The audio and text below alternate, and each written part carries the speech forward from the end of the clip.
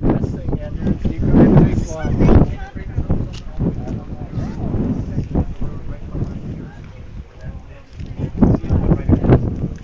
But yeah, you can go around the other way, and when you see Towards the visitor yeah, center. when you see the entrance to the park, past the visitor center, don't go back out on Highway 11. Stay inside the park. It'll take you past the lava tube and then Chain of Craters Road. You'll see the road closed sign in front of you, and you just take a left and go